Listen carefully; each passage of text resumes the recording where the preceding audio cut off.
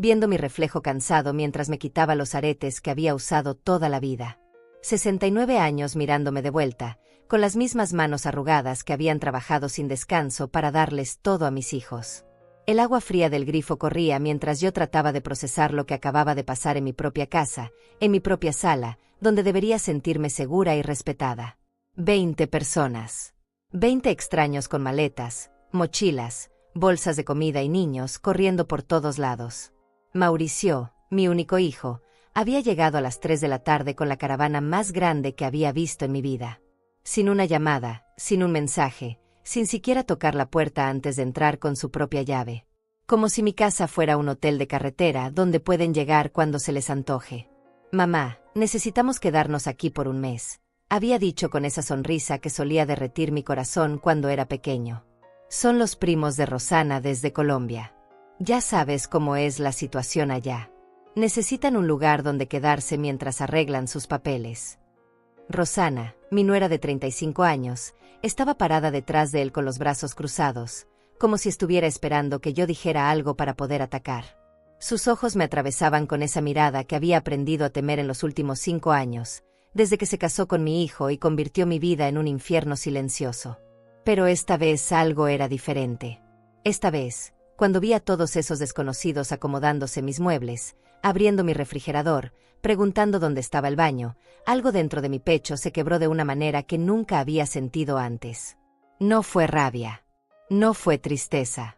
Fue algo más frío, más definitivo. ¿Vinieron aquí a hospedarse gratis otra vez?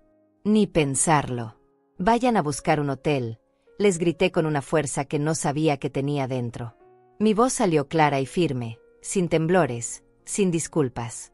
Por primera vez en años, no estaba pidiendo permiso para hablar en mi propia casa. Rosana se abalanzó sobre mí como una fiera herida. Su cara se transformó en algo que jamás había visto antes, con los dientes apretados y los puños cerrados. Es tu obligación hospedarlos. Mauricio es tu hijo. Esta casa también es suya. No puedes ser tan egoísta. Egoísta. Esa palabra resonó en mis oídos como una bofetada. Yo, que había trabajado 16 horas diarias en la fábrica textil durante 40 años para pagar esta casa. Yo, que había criado a Mauricio sola después de que su padre nos abandonara cuando tenía 8 años. Yo, que había vendido mis joyas para pagarle la universidad, que había hipotecado mi casa para ayudarlo con su negocio, que había cuidado de él cuando estuvo enfermo y nunca, jamás, le había pedido nada a cambio. Los primos de Rosana se quedaron ahí parados, incómodos, viendo el espectáculo como si fuera una telenovela barata. Algunos ni siquiera hablaban español bien. Otros tenían esa mirada perdida de quien no entiende completamente lo que está pasando, pero sabe que no es bienvenido.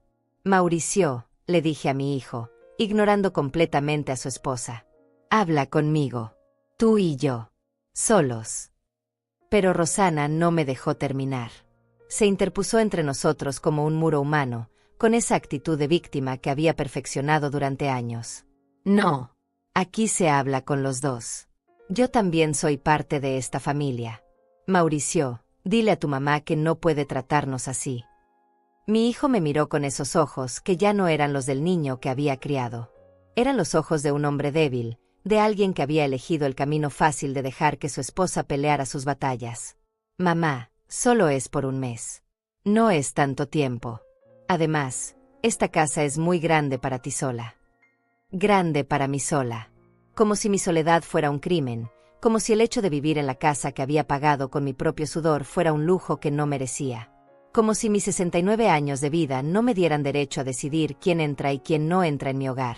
Un mes se convierte en 2. 2 se convierten en 6. Y 6 se convierten en para siempre, les dije con una calma que me sorprendió a mí misma. Ya pasó antes. Con los hermanos de Rosana. Con sus padres. Con sus tías. Siempre es, solo por un tiempo, hasta que yo me convierto en la sirvienta de mi propia casa. Era verdad y todos lo sabíamos. Durante los últimos 5 años, mi casa se había convertido en un hotel familiar donde llegaban, comían mi comida, usaban mis servicios, ensuciaban mis baños y se iban sin siquiera decir gracias. Mientras tanto, yo lavaba, cocinaba, limpiaba y pagaba las cuentas que se multiplicaban cada vez que alguien de la familia necesitaba un favor. Eres una mujer horrible, me gritó Rosana con lágrimas de cocodrilo rodando por sus mejillas. Mauricio, mira cómo me trata tu madre. Después de todo lo que hemos hecho por ella. ¿Todo lo que habían hecho por mí? ¿Cómo qué? ¿Visitarme solo cuando necesitaban dinero? ¿Llamarme únicamente para pedirme que cuidara a sus hijos mientras se iban de vacaciones? ¿Hacerme sentir culpable cada vez que quería un poco de tranquilidad en mi propia casa? El silencio que siguió fue ensordecedor. Los 20 invitados nos miraban como si fuéramos animales en un zoológico. Mauricio tenía la cabeza baja, como un niño regañado. Rosana seguía llorando con esa técnica perfecta que había usado para manipularnos a todos durante años. Pero yo ya no sentía nada. Ni culpa, ni tristeza, ni siquiera rabia. Solo una claridad fría y cristalina que me decía que había llegado el momento de tomar una decisión que había estado posponiendo durante demasiado tiempo. Tienen 1 hora para irse, dije finalmente, con la misma tranquilidad con la que podría haber pedido un café. Todos. Sin excepciones. La hora que les había dado se sintió como una eternidad. Me encerré en mi habitación mientras escuchaba el caos que se desarrollaba en mi sala. Voces alteradas, maletas siendo arrastradas, puertas azotándose. Rosana lloraba como una actriz de teatro, gritando cosas como «es inhumano» y «cómo puede ser tan cruel con la familia». Mauricio trataba de calmarla con palabras que no podía escuchar claramente, pero su tono era de derrota total. Me senté en mi cama, la misma donde había pasado tantas noches sin dormir, preocupándome por ellos, planeando cómo ayudarlos con sus problemas financieros, pensando en maneras de ser una mejor madre, una mejor suegra. Había gastado tanto tiempo y energía tratando de ganarme el amor de Rosana que había olvidado cuándo fue la última vez que alguien se preocupó por ganarme el mío. Cuando finalmente salí, la casa estaba en silencio. Habían dejado la puerta principal abierta, como una última muestra de desprecio. La sala estaba hecha un desastre, cojines tirados en el suelo, vasos sucios sobre la mesa de centro, migas de pan por todas partes. En la cocina encontré mi refrigerador casi vacío. Se habían llevado hasta la leche que había comprado esa mañana. Pero lo que más me dolió fue encontrar sobre la mesa de la cocina un papel arrugado con la letra de Mauricio. Mamá, cuando recapacites y dejes de ser tan egoísta, llámanos. Pero recuerda que las acciones tienen consecuencias. No esperes que vengamos corriendo la próxima vez que nos necesites. Consecuencias. Mi propio hijo me amenazaba con consecuencias por defender mi hogar, mi tranquilidad, mi dignidad. Como si el amor de un hijo fuera algo que se puede retirar cuando la madre no se comporta como una sirvienta obediente. Esa noche no pude dormir. No por arrepentimiento, sino por una extraña sensación de libertad que no sabía cómo manejar. Era como si hubiera estado conteniendo la respiración durante años y finalmente hubiera podido exhalar. Pero junto con esa libertad llegó una comprensión dolorosa. Mi relación con mi hijo había estado construida sobre mi capacidad de ser útil, no sobre amor genuino. Los días siguientes fueron reveladores de maneras que nunca había imaginado. Mauricio no llamó. Rosana no mandó ni un mensaje. Era como si hubiera muerto para ellos, como si 5 años de ser su salvadora financiera y emocional no hubieran significado nada. La velocidad con la que me borraron de sus vidas me confirmó algo que había estado negando. Para ellos, yo era una herramienta, no una persona. Pero la verdadera revelación llegó cuando revisé mis estados de cuenta bancarios. Durante años había estado enviándoles dinero sin llevar un registro detallado. $200 aquí para el supermercado, 500 allá para el alquiler, 1000 para una emergencia que nunca se especificaba completamente. Solo en el último año había transferido casi $8000 a la cuenta de Mauricio. $8000 que habían salido de mi pensión, de mis ahorros, de la venta de cosas que tenían valor sentimental para mí. Llamé al banco esa misma tarde. Señora Macías, ¿está segura de que quiere cancelar todas las transferencias automáticas? Me preguntó la empleada con una voz que trataba de sonar neutral, pero que claramente estaba confundida. Son cantidades considerables las que ha estado enviando mensualmente. Completamente segura, respondí. Y quiero cambiar todas mis contraseñas. También quiero saber si es posible quitar a mi hijo como beneficiario autorizado para consultas de cuenta. Esa conversación de 20 minutos me liberó de una carga financiera que había estado llevando sin darme cuenta de lo pesada que era. Durante años había vivido con la ansiedad constante de no tener suficiente dinero para mis propios gastos porque siempre estaba calculando cuánto podría necesitar Mauricio el próximo mes. La siguiente llamada fue aún más liberadora. Ferretería González. Buenos días. La voz áspera del señor González me tranquilizó inmediatamente. Lo conocía desde hacía 15 años, desde que compré los primeros cerrojos para mi casa. Don González, necesito que venga a cambiar todas las cerraduras de mi casa. Todas. Incluyendo las del garaje. ¿Algún problema de seguridad, doña Matilde? Algo así, mentí a medias. Puede venir hoy.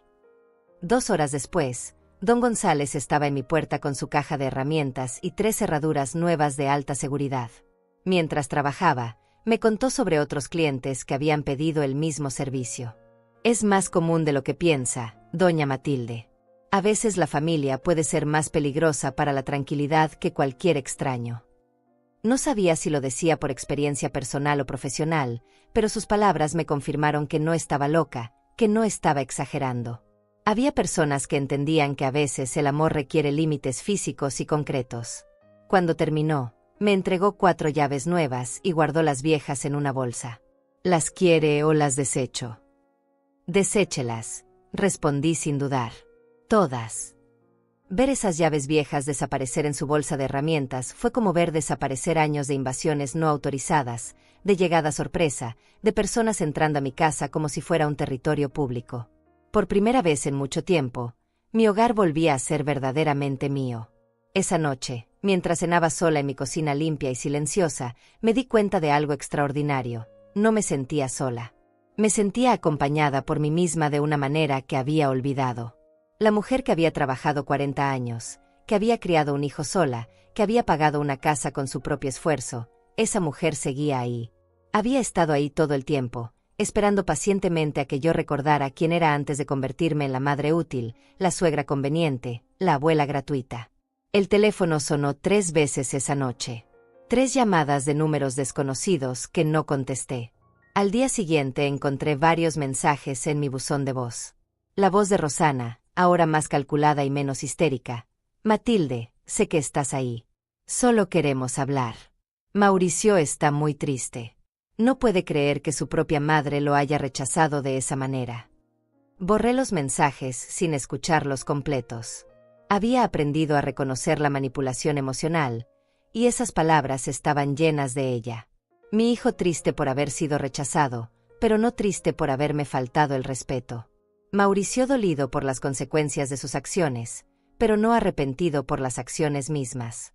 El verdadero gatillo llegó una semana después, de la manera más silenciosa y cruel posible. No fue un grito, no fue una confrontación. Fue un sobre blanco que encontré deslizado bajo mi puerta, como si fuera propaganda de algún supermercado.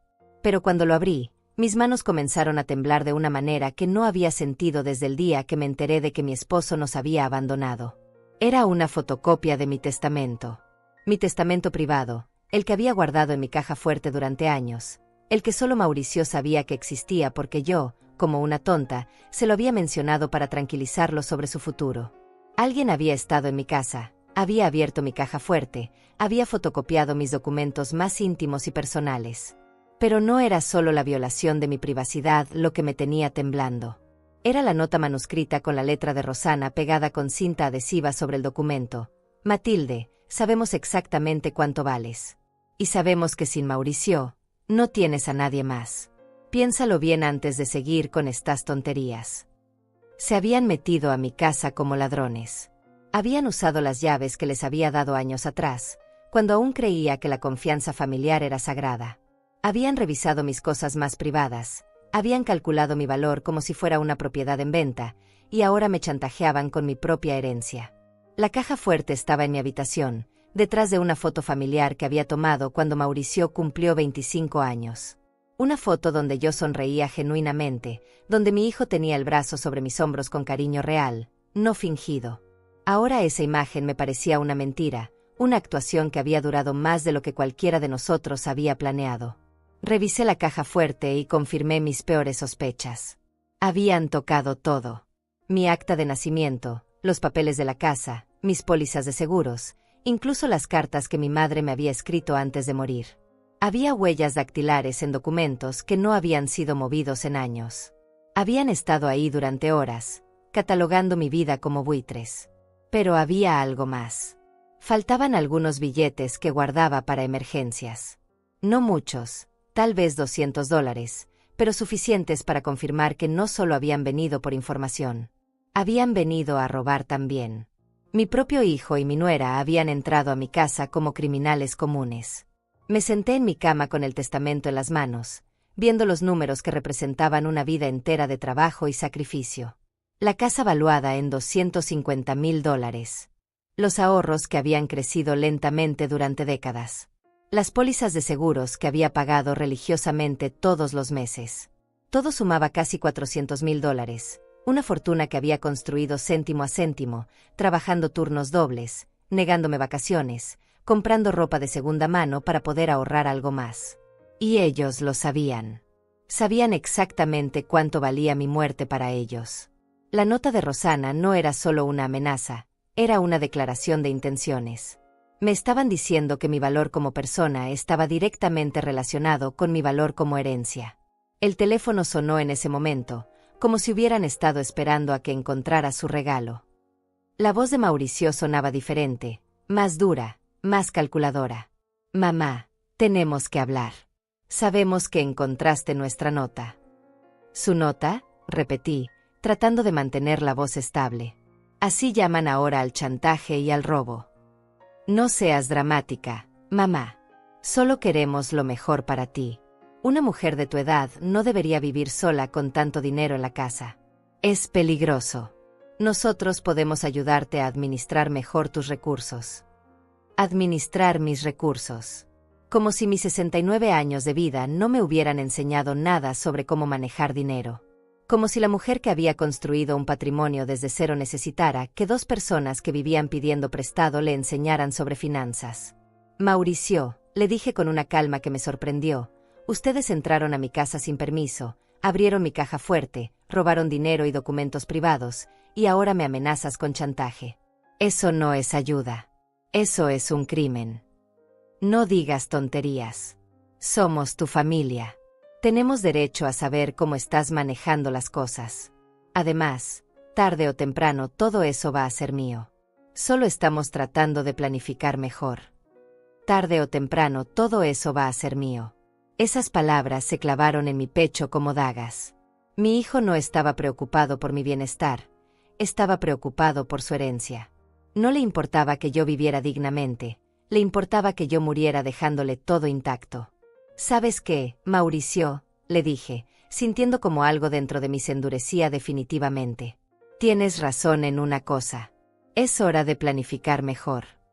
Colgué el teléfono antes de que pudiera responder. Mis manos ya no temblaban. Mi mente estaba clara como el cristal. Durante años había estado viviendo en el miedo de perder el amor de mi hijo, pero ahora me daba cuenta de que ese amor había muerto hace mucho tiempo, probablemente cuando Rosana llegó a su vida y le enseñó a verme como una fuente de recursos en lugar de una persona. Busqué en mi libreta de direcciones un número que no había marcado en meses. Teodoro Herrera, el abogado que había redactado mi testamento original. Un hombre serio y profesional que me había ayudado con los papeles de la casa y otras cuestiones legales a lo largo de los años. Licenciado Herrera, habla Matilde Macías. Necesito hacer algunos cambios importantes en mis documentos legales. ¿Puede recibirme mañana? Por supuesto, doña Matilde. Es algo urgente. Digamos que es algo necesario, respondí, viendo la foto familiar que ahora me parecía la evidencia de una mentira bien construida. Muy necesario. Esa noche dormí mejor de lo que había dormido en semanas. No porque fuera feliz, sino porque finalmente tenía un plan. Durante años había estado reaccionando a las manipulaciones de Mauricio y Rosana, tratando de ser la madre perfecta, la suegra comprensiva, la abuela disponible. Pero ya no más. Ahora era mi turno de actuar. Y ellos habían cometido el error de enseñarme exactamente qué tipo de personas eran realmente. Habían quitado la máscara demasiado pronto, habían mostrado sus verdaderas intenciones antes de asegurar completamente lo que querían. Me habían subestimado por completo. Pensaban que una mujer de 69 años sería fácil de manipular, fácil de controlar, fácil de chantajear. No sabían que la misma fuerza que me había permitido trabajar 40 años en una fábrica, criar un hijo sola y construir un patrimonio desde la nada, esa misma fuerza ahora estaba dirigida contra ellos. La guerra había comenzado, pero esta vez yo tenía la ventaja de saber exactamente con quién estaba peleando. La oficina del licenciado Teodoro Herrera estaba en el segundo piso de un edificio viejo, pero elegante en el centro de la ciudad. Había estado ahí muchas veces antes, siempre nerviosa, siempre preguntándome si estaba tomando las decisiones correctas. Pero esta vez subí esas escaleras con una determinación que me sorprendió a mí misma. Cada paso resonaba con la certeza de una mujer que finalmente había entendido el juego que estaban jugando con ella. Doña Matilde, me saludó Teodoro con esa sonrisa profesional que había aprendido a apreciar durante años. Se ve usted diferente. Más decidida. Porque lo estoy, licenciado. Completamente decidida. Le conté todo. Sin omitir detalles, sin suavizar la realidad, sin esa tendencia que había desarrollado de proteger la imagen de mi hijo incluso cuando él no se lo merecía. Le expliqué sobre la invasión a mi casa, el robo de documentos, el chantaje velado, los años de abuso financiero y emocional que había estado normalizando como amor familiar. Teodoro me escuchó en silencio, tomando notas ocasionales, pero principalmente observándome con esa expresión que los abogados ponen cuando están evaluando la seriedad de una situación. Cuando terminé, se recostó en su silla y me miró directamente a los ojos. Doña Matilde, lo que me está describiendo constituye varios delitos.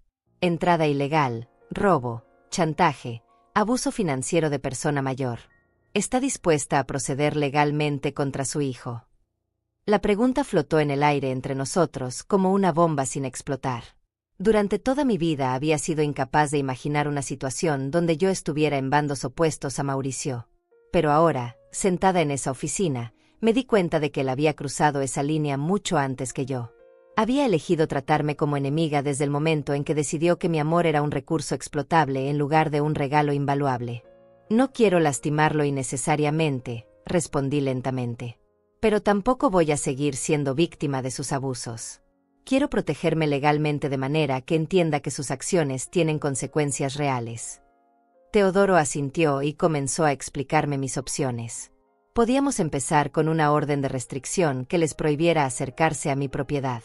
Podíamos cambiar completamente mi testamento, agregando cláusulas que protegieran mis deseos de manipulación póstuma. Podíamos establecer un fideicomiso que controlara cualquier herencia futura de manera que no pudiera ser mal administrada. Pero hay algo más importante que todo eso, me dijo, inclinándose hacia adelante. Necesita proteger sus activos ahora, mientras está viva. Si ellos están dispuestos a chantajearla, también están dispuestos a encontrar maneras de acceder a su dinero mientras usted aún esté aquí.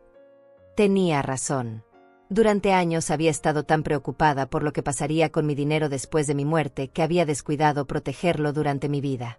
Mauricio tenía acceso a información sobre mis cuentas, conocía mis rutinas financieras, sabía cuándo y dónde hacía mis transacciones importantes. Quiero transferir todo a cuentas nuevas, le dije. En un banco diferente. Con contraseñas que solo yo conozca. Y quiero que usted sea mi único contacto autorizado para emergencias. Durante las siguientes 2 horas, Teodoro y yo planificamos una reestructuración completa de mi vida financiera y legal. Nuevas cuentas bancarias en una institución donde Mauricio no tenía contactos. Un testamento completamente nuevo que incluía cláusulas específicas sobre manipulación y abuso. Un poder notarial restringido que me permitía mantener control total sobre mis decisiones mientras establecía protecciones en caso de que alguien tratara de declararme incompetente. Hay una cosa más, le dije cuando ya estábamos terminando. Quiero documentar oficialmente todo lo que ha pasado. Las invasiones, los robos, las amenazas. Por si las cosas se ponen peores. Teodoro me miró con una mezcla de admiración y preocupación. Doña Matilde, ¿está segura de que quiere llegar tan lejos? Una vez que pongamos esto en marcha, será muy difícil dar marcha atrás. Licenciado, le respondí, sintiendo una fuerza en mi voz que no había escuchado en años. Yo ya no puedo dar marcha atrás. Ellos se aseguraron de eso cuando decidieron tratarme como una víctima fácil en lugar de tratarme como la madre y abuela que merecía respeto. Salí de esa oficina con una carpeta llena de documentos para firmar y una lista de tareas que completar durante los próximos días. Pero más importante que eso, salí con una sensación de control que no había sentido desde antes de que Rosanna entrara en nuestras vidas. Por primera vez en años, yo estaba dirigiendo mi propia historia en lugar de ser simplemente un personaje secundario en la historia de otros. El banco fue mi siguiente parada. Quiero cerrar todas mis cuentas actuales y abrir nuevas en este banco, le dije a la gerente, una mujer profesional de unos 40 años que me escuchó sin hacer preguntas innecesarias. Es por seguridad, señora Macías. Exactamente por seguridad. El proceso tomó 3 horas, pero cuando salí de ahí, mis ahorros de toda una vida estaban protegidos detrás de nuevas contraseñas, nuevos números de cuenta, nuevos protocolos de seguridad que Mauricio y Rosanna jamás podrían penetrar. Había movido $230,000 de una vida de trabajo a un lugar donde solo yo tenía acceso. Esa tarde, mientras organizaba mis nuevos documentos bancarios en mi casa ahora protegida por cerraduras nuevas, recibí la primera llamada de pánico. Era Mauricio, pero su voz sonaba diferente. Desesperada. Mamá, ¿qué hiciste? Fuimos al banco y nos dijeron que ya no tienes cuentas ahí. ¿Moviste todo el dinero? ¿A dónde? Mauricio, le respondí con una calma que me llenaba de orgullo. Lo que hice con mi dinero no es asunto tuyo. Nunca debería haber sido asunto tuyo. Pero mamá, nosotros te ayudamos con tus finanzas. Necesitamos saber dónde está todo por si algo te pasa. Lo único que necesitan saber es que mis asuntos están en orden y que ya no van a poder manipularme usando mi propio dinero como palanca. El silencio del otro lado de la línea fue largo y revelador. Mauricio estaba calculando, tratando de encontrar un nuevo ángulo de ataque. Cuando habló de nuevo, su voz tenía esa tonalidad manipuladora que había aprendido a reconocer. Mamá, Rosanna está muy preocupada por ti. Dice que has estado actuando de manera extraña. Tal vez necesites ayuda médica. Podríamos acompañarte al doctor para asegurarnos de que estás bien. Ahí estaba. La amenaza velada de declararme incompetente, de cuestionar mi salud mental porque ya no me comportaba como la víctima obediente que ellos necesitaban. Pero yo estaba preparada para eso también. Mauricio, ayer me hice un examen médico completo con el doctor Ramírez. Incluí evaluaciones cognitivas y psicológicas. Todo está documentado y archivado con mi abogado. Estoy perfectamente lúcida y competente para tomar mis propias decisiones. Era mentira, pero era una mentira estratégica. No había ido al doctor, pero ahora sabía que necesitaba hacerlo. Teodoro me había advertido que la incompetencia médica sería su próximo movimiento, y yo tenía que estar un paso adelante. No entiendo por qué estás haciendo esto, dijo Mauricio, y por primera vez en mucho tiempo, sonaba genuinamente confundido en lugar de manipulador. Lo estoy haciendo porque finalmente entendí que ustedes nunca me han amado por quien soy, sino por lo que puedo darles. Y ya no voy a vivir mendigando amor de personas que solo me ven como una fuente de recursos. Colgué el teléfono antes de que pudiera responder, y por primera vez en meses, sonreí genuinamente. No tuve que esperar mucho para ver sus siguientes movimientos. Era como si hubiera activado una alarma silenciosa que había puesto a toda la familia en modo de crisis. Durante los siguientes 3 días, mi teléfono sonó constantemente. Números desconocidos, números bloqueados, y ocasionalmente el número de Mauricio que yo ya no contestaba. Pero no eran solo ellos. Habían reclutado refuerzos. La primera en llegar fue Paola, la hermana menor de Rosanna. Una mujer de 30 años que siempre había sido dulce conmigo, pero que ahora tocaba mi puerta con la urgencia de alguien en una misión. A través de la ventana la vi parada ahí con flores en las manos y esa sonrisa nerviosa que la gente pone cuando va a mentir. «Tía Matilde», me gritó desde afuera, usando ese título cariñoso que nunca había sonado tan falso. «Soy Paola. Solo quiero hablar contigo. Estoy preocupada». No abrí la puerta, pero sí hablé con ella a través de la ventana. «Paola, ¿quién te mandó aquí?» Su sonrisa se tambaleó un poco. «Nadie me mandó, tía. Rosanna me contó lo que pasó y pensé que tal vez había un malentendido. Tú sabes que mi hermana te quiere mucho. Tu hermana me quiere tanto que se metió a mi casa a robar mis documentos privados y después me chantajeó con mi propia herencia». Paola bajó las flores y su expresión cambió completamente. Ya no era la sobrina dulce y preocupada. Ahora era una emisaria con un mensaje específico. Tía, mi hermana dice que estás confundida. Que tal vez la edad te está afectando más de lo que piensas. Dice que ella nunca haría algo así. Ahí estaba la segunda fase de su estrategia. Primero habían intentado el chantaje directo. Cuando eso no funcionó, ahora venían con la gaslighting, tratando de hacerme creer que yo había imaginado todo, que mi memoria me estaba fallando, que mi percepción de la realidad estaba distorsionada por la edad. Paola, le dije con una paciencia que no sentía, tengo 69 años, no 99. Mi mente está perfectamente clara. Y tengo evidencia física de todo lo que pasó, incluyendo la nota manuscrita de tu hermana. Pero tía, ¿no crees que tal vez malinterpretaste la situación? Rosana dice que ustedes tuvieron una discusión y que las cosas se dijeron con calor. Tal vez no fue tan grave como lo recuerdas. Era increíble cómo trataban de minimizar lo que había pasado. Una invasión se convertía en discusión. Un robo se convertía en malentendido. Un chantaje se convertía en cosas dichas con calor. Como si las palabras correctas pudieran cambiar la realidad de lo que habían hecho. Paola, dile a tu hermana que si quiere hablar conmigo, puede hacerlo a través de mi abogado. Ya no voy a tener conversaciones directas con ninguno de ustedes. La vi alejarse con las flores en las manos, probablemente para reportar que la misión de reconocimiento había fallado. Pero sabía que no se rendirían tan fácilmente.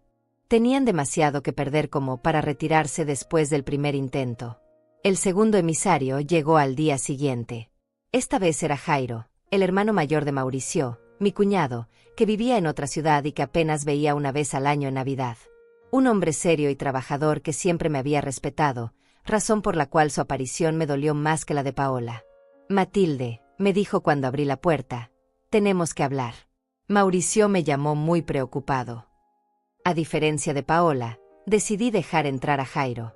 Conocía a este hombre desde hacía más de 30 años. Había estado en el funeral de mi esposo, había ayudado cuando Mauricio era adolescente y pasaba por momentos difíciles.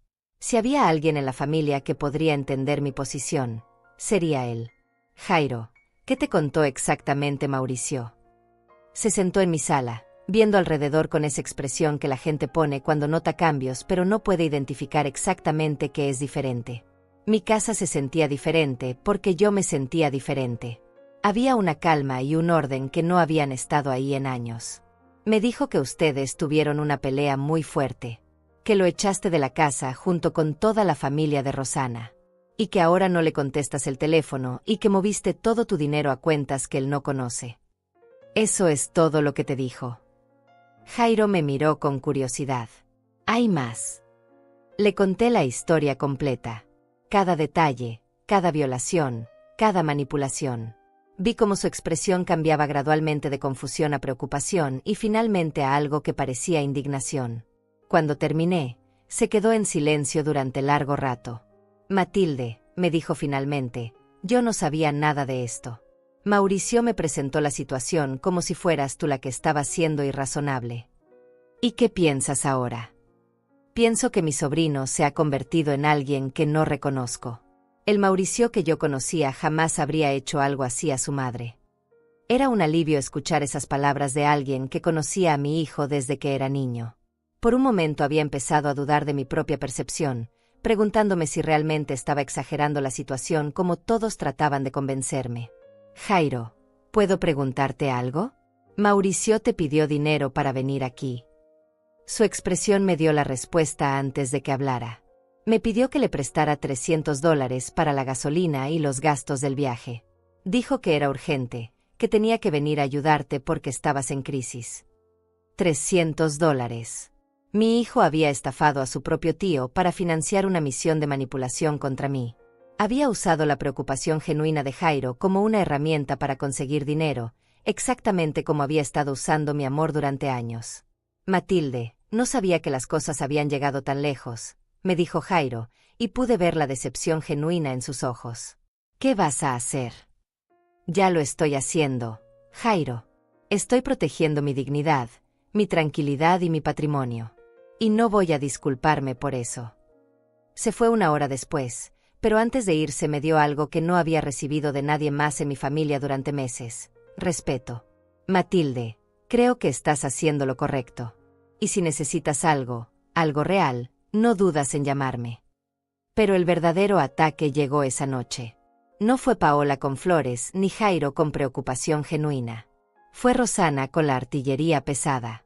Llegó con 2 mujeres que no reconocí, tocando mi puerta con una agresividad que hizo vibrar toda la casa.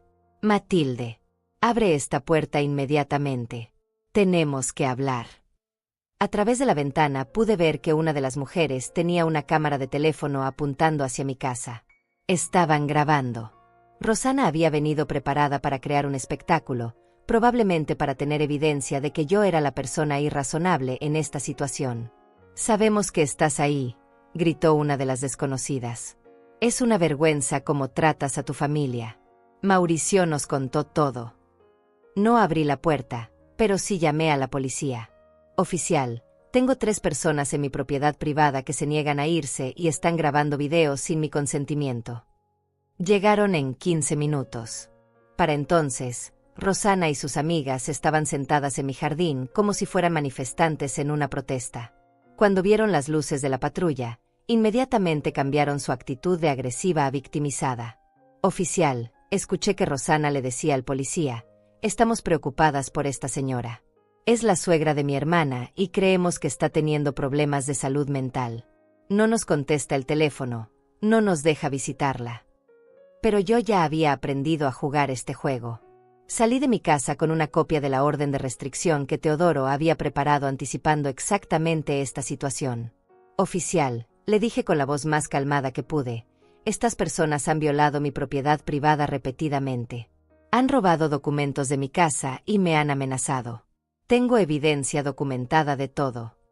El policía revisó mis papeles y después habló con Rosana y sus amigas. No pude escuchar toda la conversación, pero vi cómo las expresiones de ellas cambiaban de indignación a nerviosismo. «Señoras», les dijo finalmente el oficial, «necesitan retirarse de esta propiedad inmediatamente. Y no pueden regresar sin una orden judicial». Las vi alejarse, pero pude escuchar a Rosana gritando desde la calle, «Esto no se va a quedar así, Matilde. Mauricio tiene derechos. Vas a lamentar haber empezado esta guerra». Guerra. Finalmente había usado la palabra correcta. Porque eso era exactamente lo que esto se había convertido. La guerra que Rosana había declarado oficialmente trajo consigo una soledad que no había anticipado. No era la soledad de estar físicamente sola, que ya había aprendido a manejar y hasta disfrutar. Era la soledad de darse cuenta de que todas las relaciones que había construido durante años estaban contaminadas por el veneno que Mauricio y Rosana habían estado esparciendo sistemáticamente. Las llamadas de amigos familiares llegaron una tras otra durante los días siguientes. Pero ninguna era para preguntarme cómo estaba realmente. Todas eran para transmitirme la preocupación que Mauricio había plantado en cada conversación, para sugerirme que tal vez estaba siendo demasiado dura, para insinuar que mi edad me estaba volviendo difícil de tratar. Margarete, la comadre que había conocido en la fábrica hace 20 años, fue la más directa. «Matilde, Mauricio me llamó llorando. Dice que no sabe qué hacer contigo, que ya no eres la misma de antes». «¿Y tú qué le dijiste, Margarete?» «Le dije que te iba a hablar, que tal vez necesitabas que alguien te hiciera entrar en razón». Entrar en razón. Como si defender mi dignidad fuera una locura que requería corrección. Como si los años de abuso que había tolerado fueran razón y mi decisión de ponerle fin fuera irracionalidad. «Margarete, ¿en algún momento Mauricio te contó por qué empezó todo esto? Te dijo que se metió a mi casa sin permiso, que revisó mis documentos privados, que me robó dinero». El silencio del otro lado de la línea me dijo todo lo que necesitaba saber. Por supuesto que Mauricio no había mencionado esos detalles. Su versión de la historia me pintaba como una madre cruel que había enloquecido de la nada y había echado a su pobre hijo sin motivo. «Margarete», le dije con una tristeza que me sorprendió, «si después de 20 años de amistad prefieres creer la versión de alguien que ni siquiera conoces bien en lugar de preguntarme a mí qué pasó realmente, entonces nunca fuimos realmente amigas». Colgué el teléfono sabiendo que acababa de perder otra relación, pero también sabiendo que había sido una relación construida sobre bases falsas. Una verdadera amiga habría venido a mi casa a escuchar mi versión antes de hacer juicios. Pero en medio de esa campaña de aislamiento que Mauricio había orquestado, apareció una voz que no esperaba. Era Julia, mi vecina de 3 casas hacia el norte, una mujer de 55 años que trabajaba como enfermera en el hospital municipal. Habíamos intercambiado saludos cordiales durante años, pero nunca habíamos tenido conversaciones profundas. Llegó a mi puerta un sábado por la mañana con una taza de café en cada mano y una expresión que no podía descifrar. «Matilde, ¿puedo sentarme contigo un rato? He notado mucho movimiento extraño alrededor de tu casa últimamente». La dejé entrar, agradecida por una conversación que no parecía venir con una agenda oculta. Julia tenía esa manera directa de hablar que solo desarrollan las personas que han visto demasiado sufrimiento humano en su trabajo. «Matilde, yo he estado observando. He visto las patrullas, he visto a esa mujer gritando en tu jardín, he visto diferentes personas tocando tu puerta a horas extrañas. Y también he notado que tu hijo y su esposa no han venido por aquí en semanas, cuando antes venían casi todos los días». Se recostó en mi sofá y me miró directamente a los ojos. «En mi trabajo veo mucho abuso familiar, especialmente contra personas mayores.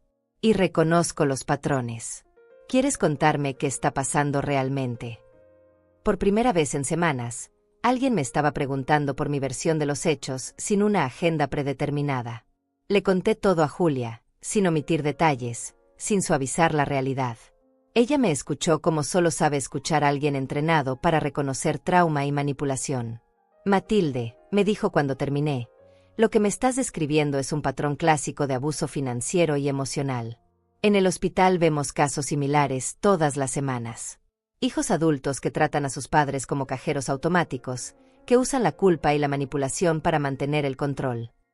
Escuchar esas palabras de alguien profesionalmente capacitado para reconocer abuso fue como recibir una validación que no sabía que necesitaba desesperadamente. Durante semanas había estado cuestionando si realmente estaba exagerando, si mis reacciones eran desproporcionadas, si había malinterpretado situaciones por mi edad avanzada. «¿Sabes qué es lo que más me preocupa de tu historia?», continuó Julia. «No es el robo del dinero, ni siquiera la invasión a tu casa. Es la campaña de descrédito que están haciendo contra ti. Están tratando sistemáticamente de convencer a todos de que estás perdiendo la capacidad mental. Esa es una táctica muy peligrosa». Tenía razón. No había pensado en eso como una estrategia coordinada, pero ahora podía ver el patrón claramente. Cada persona que me había contactado había recibido la misma historia. «Matilde está actuando de manera extraña, está siendo irrazonable, tal vez la edad la está afectando. Julia, ¿qué puedo hacer para protegerme de eso?». Lo primero es documentar todo. Cada conversación, cada incidente, cada amenaza. Lo segundo es conseguir evaluaciones médicas y psicológicas profesionales que demuestren tu competencia mental. Y lo tercero es construir una red de apoyo con personas que no estén influenciadas por tu familia. Me dio el nombre de un psicólogo especializado en casos de abuso familiar y el número de una organización local que ayudaba a personas mayores en situaciones de explotación. «Matilde, no estás sola en esto. Hay sistemas de apoyo para mujeres en tu situación». Durante los días siguientes, seguí los consejos de Julia al pie de la letra. El doctor Vega, el psicólogo que me recomendó, me hizo una evaluación completa que confirmó lo que yo ya sabía. Estaba perfectamente lúcida, emocionalmente estable y capaz de tomar mis propias decisiones. Me dio un reporte oficial que agregué a mi archivo legal junto con todos los otros documentos que Teodoro me había ayudado a preparar. La organización de apoyo para personas mayores me conectó con otras mujeres que habían pasado por situaciones similares. Escuchar sus historias fue revelador y a la vez doloroso. Una señora de 72 años me contó cómo su hija había vaciado sus cuentas bancarias usando poder notarial. Otra me explicó cómo sus nietos la habían convencido de vender su casa para su propia seguridad y después la habían puesto en un asilo mientras ellos vivían con el dinero de la venta. «Lo que tienes que entender, Matilde», me dijo una de ellas, «es que para nuestros hijos abusivos, nosotras no somos personas. Somos recursos. Y cuando un recurso deja de ser útil o se vuelve problemático, lo descartan o tratan de controlarlo por la fuerza». Esas palabras me pegaron como un martillo. Durante toda mi vida había estado tratando de entender por qué mi amor incondicional no era suficiente para Mauricio, por qué mis sacrificios no generaban gratitud sino más exigencias. Ahora entendía que había estado aplicando lógica emocional a una relación que para él era puramente transaccional. Pero el verdadero punto de inflexión llegó cuando Julia me trajo información que no había pedido, pero que necesitaba urgentemente. Matilde, trabajo en el hospital municipal. Tengo acceso a registros públicos. Tu nuera Rosana ha estado preguntando sobre procedimientos de interdicción legal. Ha consultado con 2 abogados diferentes sobre cómo declarar a alguien incompetente. Mi sangre se heló. Interdicción legal significaba que podrían quitarme completamente el control sobre mis finanzas, mis decisiones médicas, incluso dónde vivir. Si lograban convencer a un juez de que yo estaba mentalmente incapacitada, podrían tomar control total de mi vida y mi patrimonio. ¿Cuánto tiempo tengo antes de que puedan iniciar esos procedimientos? Ya los iniciaron, Matilde. Presentaron una petición preliminar hace 3 días. Tienes una audiencia programada para la próxima semana. El mundo se tambaleó a mi alrededor. Mientras yo había estado jugando defensa, protegiendo mis activos y estableciendo límites, ellos habían estado jugando ofensa, tratando de quitarme completamente mi capacidad legal de defenderme. Pero esta vez no me paralicé. Esta vez, sabía exactamente qué hacer. Tomé mi teléfono y marqué el número de Teodoro. Licenciado, tenemos una emergencia legal. Y esta vez, vamos a contraatacar. La oficina del juzgado civil nunca me había parecido tan intimidante como esa mañana de jueves. Teodoro había trabajado día y noche durante una semana preparando nuestra defensa, y yo había pasado esas mismas noches organizando cada documento, cada prueba, cada pieza de evidencia que demostrara no solo mi competencia mental, sino también el patrón sistemático de abuso que había sufrido durante años. Doña Matilde, me dijo Teodoro mientras esperábamos en el pasillo, recuerde que el juez va a evaluar no solo su capacidad mental, sino también las motivaciones de quienes solicitan la interdicción. Hemos construido un caso sólido. A través del vidrio de la puerta pude ver a Mauricio sentado al lado de un abogado que no reconocía. Un hombre mayor, bien vestido, con esa expresión de seguridad que solo tienen los profesionales que están acostumbrados a ganar. Rosana estaba detrás de ellos, vestida de negro como si estuviera en un funeral. Mi funeral legal. Lo que más me dolió fue ver que habían traído testigos. Margaret estaba ahí, la misma mujer que había sido mi amiga durante 20 años y que ahora iba a testificar contra mi competencia mental basándose en las mentiras que Mauricio le había contado. También estaba Paulo, un primo lejano que apenas veía en las reuniones familiares, pero que aparentemente había desarrollado súbitamente una preocupación profunda por mi bienestar. Caso número 2024-789, Mauricio Macías versus Matilde Macías, solicitud de interdicción por incapacidad mental, anunció el secretario del tribunal. El juez, un hombre de unos 60 años con cabello gris y una expresión que había visto demasiados casos familiares desagradables, revisó los documentos iniciales antes de dirigirse a nosotros.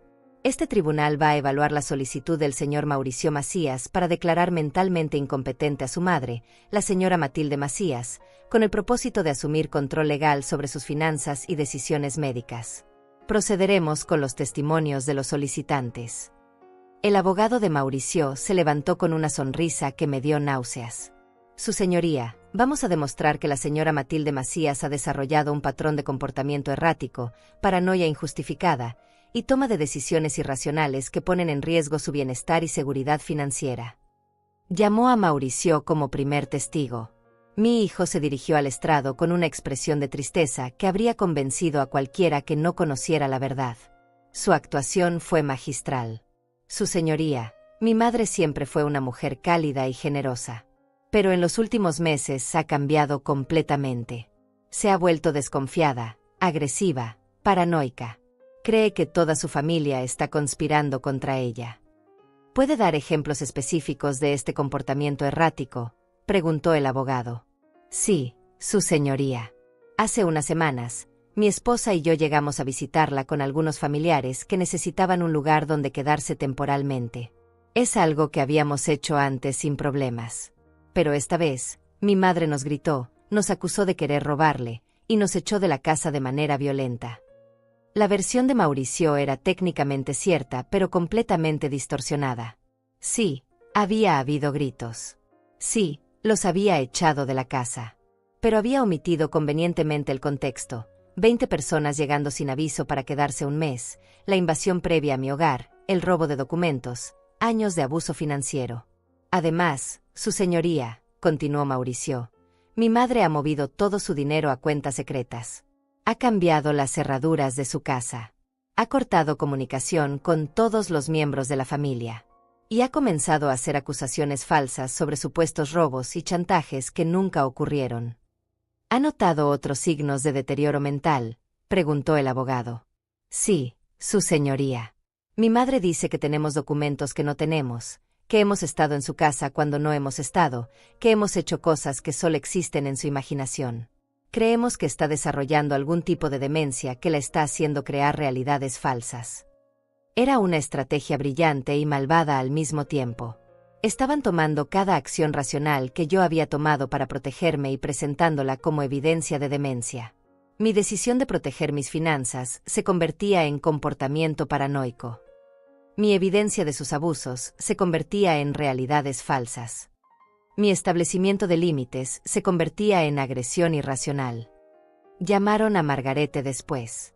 Mi examiga testificó con lágrimas en los ojos sobre cómo yo había cambiado completamente, cómo había perdido la capacidad de mantener relaciones normales, cómo la había gritado sin razón durante nuestra última conversación telefónica. Paulo fue igualmente destructivo, describiendo cómo yo había estado actuando de manera extraña en las pocas ocasiones que nos habíamos visto, cómo había hablado de conspiraciones familiares que él no podía entender. Cuando Teodoro se levantó para nuestro turno, yo sentía como si hubiera sido apuñalada por cada persona que había testificado. Pero mi abogado tenía una sonrisa que no había visto antes. Su señoría, la defensa va a demostrar que la señora Matilde Macías no solo está completamente lúcida y competente, sino que ha sido víctima de un patrón sistemático de abuso familiar que justifica completamente cada acción que ha tomado para protegerse. Comenzó presentando las evaluaciones médicas y psicológicas que yo había completado la semana anterior. Reportes oficiales de 3 profesionales diferentes que confirmaban mi competencia mental total, mi estabilidad emocional y mi capacidad para tomar decisiones racionales. Su señoría, estos son reportes del Dr. Ramírez, médico internista, del Dr. Vega, psicólogo clínico, y de la doctora López, neuróloga. Todos coinciden en que la señora Macías tiene capacidades cognitivas normales para su edad, sin signos de demencia, deterioro mental o incapacidad para tomar decisiones. Después presentó la evidencia física del abuso. La nota manuscrita de Rosana con el chantaje sobre mi testamento. Las fotocopias de mis documentos privados que habían sido tomadas sin mi permiso. Los registros bancarios que mostraban las transferencias constantes de dinero que había estado enviándoles durante años. Su señoría, lo que los solicitantes llaman paranoia y comportamiento errático, es en realidad una respuesta racional y necesaria a años de explotación financiera y emocional. Llamó a Julia como testigo. Mi vecina testificó sobre lo que había observado desde su perspectiva profesional como enfermera con experiencia en casos de abuso familiar. Su señoría, he evaluado a la señora Macías tanto como profesional médica como vecina preocupada. Su comportamiento es consistente con el de una víctima de abuso que finalmente ha encontrado la fuerza para establecer límites saludables. No hay nada en su comportamiento que sugiera incapacidad mental. Pero el momento más poderoso llegó cuando Teodoro me llamó a testificar. Caminé hacia el estrado con las piernas temblorosas, pero con la mente clara. Durante 40 minutos, conté mi historia completa. Sin lágrimas, sin dramatismo, solo hechos claros y cronológicos. Expliqué cómo había trabajado 40 años para construir mi patrimonio. Cómo había criado a Mauricio sola después del abandono de su padre. Cómo había comenzado a enviarles dinero regularmente cuando se casó. Cómo esos préstamos nunca fueron devueltos y se convirtieron en expectativas. Cómo la invasión a mi casa y el chantaje habían sido la gota que derramó el vaso. Su señoría, concluí, yo no cambié de la noche a la mañana. Lo que cambió fue mi disposición a tolerar el abuso. Después de 69 años de vida, finalmente aprendí que el amor propio no es egoísmo y que proteger mi dignidad no es una enfermedad mental. El abogado de Mauricio trató de atacar mi testimonio con preguntas sobre mi aislamiento social y mis decisiones financieras extremas, pero yo estaba preparada para cada una. Consejero, le respondí cuando me preguntó por qué había cortado contacto con mi familia. Si usted tuviera vecinos que entraran a su casa sin permiso, robaran sus documentos privados y después lo chantajearan con su propia herencia, usted mantendría las puertas abiertas para ellos. El juez tomó un receso de 1 hora para revisar toda la evidencia. Cuando regresó, su expresión era grave pero decidida. Después de revisar toda la evidencia presentada, incluyendo las evaluaciones médicas profesionales, los registros financieros y los testimonios de todas las partes, este tribunal encuentra que la señora Matilde Macías está completamente lúcida y competente para manejar sus propios asuntos. Sentí como si pudiera respirar por primera vez en semanas. Además, continuó el juez, este tribunal encuentra evidencia preocupante de un patrón de abuso financiero y emocional contra la señora Macías. La solicitud de interdicción es denegada en su totalidad. Mauricio y Rosana se vieron como si les hubieran dado una bofetada. Su abogado trató de mantener la compostura profesional, pero pude ver la derrota en sus ojos. Señor Mauricio Macías, dijo el juez dirigiéndose directamente a mi hijo, le sugiero encarecidamente que reconsidere su relación con su madre. Los tribunales no toman a la ligera los intentos de usar el sistema legal para continuar patrones de abuso familiar. Salimos del juzgado victoriosos, pero yo no sentía triunfo. Sentía una mezcla extraña de alivio y tristeza. Había ganado mi libertad legal, pero había perdido definitivamente a mi hijo en el proceso. Doña Matilde, me dijo Teodoro mientras caminábamos por los escalones del juzgado, ahora que hemos establecido su competencia legal de manera oficial, podemos proceder con los otros aspectos de su protección. ¿Qué otros aspectos? Las denuncias criminales por invasión de propiedad privada, robo y chantaje. Ahora tenemos evidencia oficial de que usted es una víctima competente, no una persona confundida. Eso cambia completamente el panorama legal. Miré hacia atrás y vi a Mauricio y Rosana saliendo del juzgado. Él me miró directamente a los ojos por primera vez en semanas, y lo que vi ahí no era amor, no era arrepentimiento, no era siquiera enojo. Era odio puro. La guerra estaba lejos de terminar. La victoria en el juzgado debería haberme dado paz, pero en cambio desató algo que no había anticipado, la desesperación de dos personas que acababan de ver cómo se les escapaba una herencia de $400,000 entre los dedos. El odio que vi en los ojos de Mauricio ese día se materializó en acciones durante las siguientes semanas de maneras que me confirmaron que había tomado la decisión correcta, pero que también me mostraron que tan profundo había caído mi hijo. La primera señal llegó 3 días después del juicio. Julia tocó mi puerta a las 7 de la mañana con una expresión de urgencia que inmediatamente me puso alerta. Matilde, anoche vi a un hombre rondando tu casa. Estaba probando las ventanas, viendo las cerraduras. Cuando me acerqué para preguntarle qué hacía, huyó corriendo. ¿Lo reconociste? No era Mauricio ni nadie que haya visto antes. Pero Matilde, creo que alguien está planeando entrar a tu casa. Esa misma tarde, mientras regresaba del supermercado, encontré que habían forzado mi buzón de correo. No se habían llevado nada, pero estaba claro que habían estado revisando mi correspondencia, buscando información sobre mis nuevas cuentas bancarias, mis seguros, cualquier cosa que les diera pistas sobre cómo acceder a mi dinero. Llamé inmediatamente a Teodoro. Licenciado, creo que están escalando. Si no pueden quitarme mi dinero legalmente, van a intentar hacerlo ilegalmente. Doña Matilde, es hora de involucrar a las autoridades de manera más seria. Vamos a presentar denuncias formales por acoso, invasión de la privacidad y amenazas implícitas. Pero antes de que pudiéramos proceder con las denuncias, Mauricio hizo su movimiento más desesperado y cruel. Llegó a mi puerta el viernes por la noche, solo, sin Rosana, con una expresión que no había visto desde que era niño y había roto algo valioso. Mamá, me dijo cuando abrí la puerta, tenemos que hablar. Solo tú y yo, como madre e hijo. Había algo en su voz que me hizo dudar.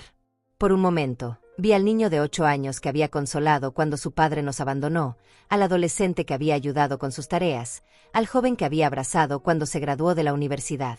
Mauricio, vienes en son de paz. Vengo a pedirte perdón, mamá. Rosana me ha estado presionando, manipulándome. Sé que las cosas se salieron de control. Decidí dejarlo entrar, pero mantuve la puerta abierta. Durante los siguientes 20 minutos, Mauricio me dio la actuación más convincente que había visto en años. Lloró, se disculpó, admitió que había cometido errores, prometió que las cosas serían diferentes. Mamá, sé que perdí tu confianza. Pero soy tu único hijo. Somos lo único que tenemos en este mundo. No podemos terminar así. Por un momento, Mi corazón de madre se ablandó. Por un momento, quise creer que mi hijo había encontrado la cordura, que el amor había vencido a la codicia, que podíamos reconstruir algo real de los escombros de nuestra relación. Pero entonces cometió el error que reveló sus verdaderas intenciones. Mamá, para demostrar que realmente quiero arreglar las cosas, creo que deberíamos empezar por poner todo en orden legalmente. Podríamos establecer un fideicomiso familiar donde yo te ayude a administrar tus finanzas. No para quitarte el control, sino para asegurarme de que siempre tengas todo lo que necesitas. Ahí estaba. Después de todo el teatro, después de todas las lágrimas y disculpas, todavía estaba tratando de conseguir acceso a mi dinero.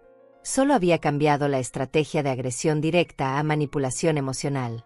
Mauricio, le dije con una calma que me sorprendió, ¿realmente crees que soy tan tonta como para caer en eso? Su expresión cambió instantáneamente. La máscara de arrepentimiento se cayó y el verdadero Mauricio emergió otra vez. Mamá, estoy tratando de ayudarte. A tu edad, manejar tanto dinero es complicado. Podrías cometer errores. Errores como confiar en ti. Maldita sea, mamá. Yo soy tu hijo. Ese dinero va a ser mío de todas maneras cuando te mueras. ¿Por qué no podemos simplemente hacer esto fácil para todos? Ahí estaba la verdad cruda y sin disfraces.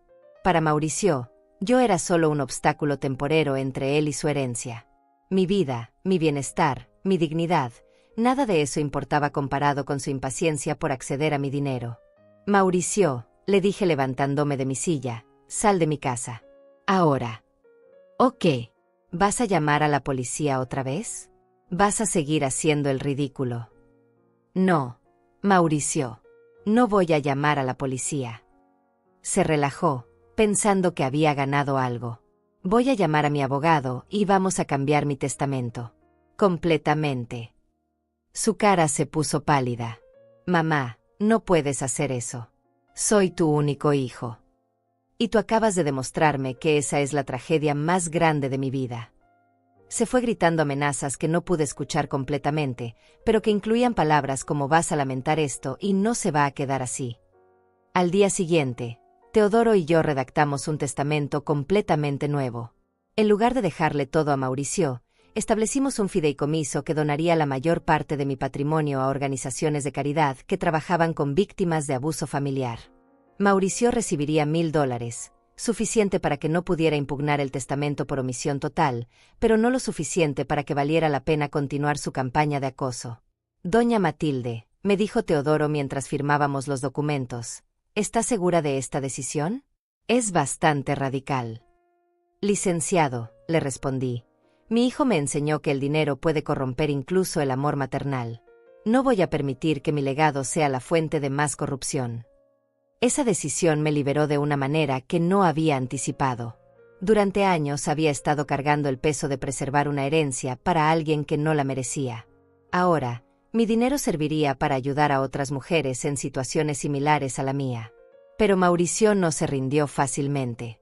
Durante las siguientes semanas, intentó todo: manipulación emocional, amenazas legales, acoso constante. Llegó a contratar a un investigador privado para que me siguiera, tratando de encontrar evidencia de comportamiento errático que pudiera usar en un nuevo juicio de interdición. El punto de quiebre final llegó cuando Julia me mostró fotos que había tomado discretamente. Mauricio y Rosana habían estado midiendo mi casa desde afuera, tomando fotos de las ventanas, haciendo lo que parecía ser un reconocimiento para un robo planificado. Matilde, me dijo Julia, creo que están planeando algo serio. Esto ya no es solo acoso.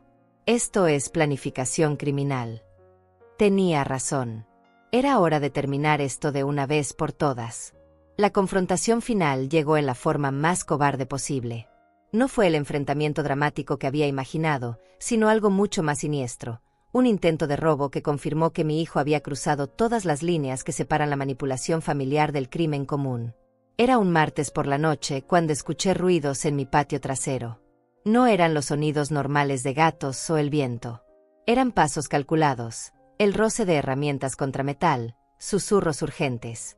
Alguien estaba tratando de forzar la ventana de mi cocina. Desde mi habitación, con las luces apagadas, pude ver las sombras de dos figuras trabajando en la ventana. Una de ellas era claramente Mauricio por su altura y postura. La otra era más pequeña, probablemente Rosana. Después de años de manipulación emocional, habían decidido recurrir al robo directo. No sentí miedo. Sentí una claridad fría y definitiva. Tomé mi teléfono y marqué el número de emergencias mientras grababa video de lo que estaba ocurriendo. 911. ¿Cuál es su emergencia? Tengo 2 intrusos tratando de entrar a mi casa por la ventana trasera. Estoy grabando todo. ¿Están armados? No lo sé, pero uno de ellos es mi hijo. Esto es parte de un patrón de acoso que hemos estado documentando legalmente. La policía llegó en 8 minutos. Para entonces, Mauricio y Rosana habían logrado abrir la ventana y estaban dentro de mi cocina con linternas, revisando cajones y armarios. Los oficiales los arrestaron infraganti, con herramientas de robo en las manos y evidencia en video de su entrada ilegal. Cuando Mauricio me vio parada en la sala con los policías, su expresión no fue de arrepentimiento o vergüenza. Fue de rabia pura. Esto es ridículo. Es mi madre. No puede arrestarme por estar en la casa de mi familia. Señor, le dijo el oficial mayor, esta es la propiedad privada de la señora Macías. Usted no tiene derecho legal a estar aquí sin su permiso. Y definitivamente no tiene derecho a entrar por la fuerza. Ella está enferma. Nos necesita. Solo estábamos tratando de ayudarla. Rosana trató una aproximación diferente, llorando y alegando que estaban preocupados por mi seguridad y que habían venido a verificar que estuviera bien. Pero las herramientas de robo en sus manos y el video que había grabado contaban una historia muy diferente. Los arrestaron por invasión de domicilio, intento de robo y acoso. Mientras los esposaban, Mauricio me gritó desde la patrulla, «Esto no termina aquí, mamá. Vas a necesitarnos algún día y no vamos a estar». Mauricio, le respondí con una voz que apenas reconocí como mía, yo ya no necesito a nadie que me vea como un obstáculo para su codicia. Fueron las últimas palabras que intercambiamos. Los meses siguientes trajeron una paz que no había sentido en años. Sin la presión constante de sus manipulaciones, sin el miedo de sus invasiones, sin la culpa de sus chantajes emocionales, comencé a redescubrir quién era cuando no estaba siendo la madre útil, la suegra conveniente, la abuela gratuita. Julia se convirtió en una amiga verdadera, no solo la vecina preocupada que había sido inicialmente. Juntas comenzamos un pequeño grupo de apoyo para mujeres mayores que habían enfrentado abuso familiar. Compartir nuestras historias con otras que habían pasado por situaciones similares me confirmó que no estaba loca, que no había exagerado, que mis reacciones habían sido completamente justificadas. Teodoro finalizó todos los aspectos legales de mi nueva vida. El testamento modificado, las cuentas protegidas, las órdenes de restricción permanentes. Mi patrimonio ahora serviría para ayudar a otras mujeres a escapar del abuso, no para perpetuar el ciclo de codicia que había destruido mi relación con mi hijo. Un año después del arresto, recibí una carta en prisión. Mauricio había sido sentenciado a 6 meses por invasión de domicilio y intento de robo. Su carta era una mezcla extraña de manipulación y arrepentimiento genuino, pero ya no me importaba distinguir entre ambos. Había aprendido que algunas relaciones están tan envenenadas que no pueden ser salvadas, sin importar cuánto amor hayamos invertido en ellas. Mamá, escribía, sé que cometí errores. Cuando salga, quiero intentar arreglar las cosas entre nosotros. No respondí la carta. No porque fuera cruel, sino porque finalmente había entendido que el amor propio a veces requiere cerrar puertas que otros insisten en mantener abiertas. Hoy, a los 70 años, vivo en la misma casa que pagué con 40 años de trabajo, pero es un hogar completamente diferente. Es un lugar donde tengo control sobre quién entra y quién sale, donde mis decisiones son respetadas, donde mi edad es vista como sabiduría en lugar de vulnerabilidad. Me levanto cada mañana sin ansiedad sobre qué crisis familiar tendré que resolver o qué manipulación emocional tendré que navegar. Uso mi dinero para cosas que me dan placer, libros, plantas para mi jardín, donaciones a causas que apoyo, pequeños lujos que me había negado durante años para poder enviar transferencias a una cuenta que nunca me agradeció. Algunas noches, cuando estoy sentada en mi sala leyendo en silencio, pienso en el niño que Mauricio fue antes de que la codicia lo corrompiera. Siento tristeza por esa pérdida, pero ya no siento culpa por haber puesto límites que protegieron mi dignidad. Aprendí que el amor real nunca exige que sacrifiques tu bienestar por la comodidad de otros. Que ser madre no significa ser víctima. que la familia que abusa no merece acceso ilimitado solo por compartir sangre. Y aprendí, más importante que todo, que nunca es demasiado tarde para defenderte, sin importar cuántos años hayas pasado normalizando el abuso como amor. Mi casa ahora tiene cerraduras nuevas, cuentas bancarias seguras, y fronteras que nadie puede cruzar sin mi permiso. Pero más importante que eso, mi corazón tiene límites saludables que protegen la mujer que trabajó 40 años para merecer respeto, no manipulación. Algunas batallas se ganan no por destruir al enemigo, sino por negarse a seguir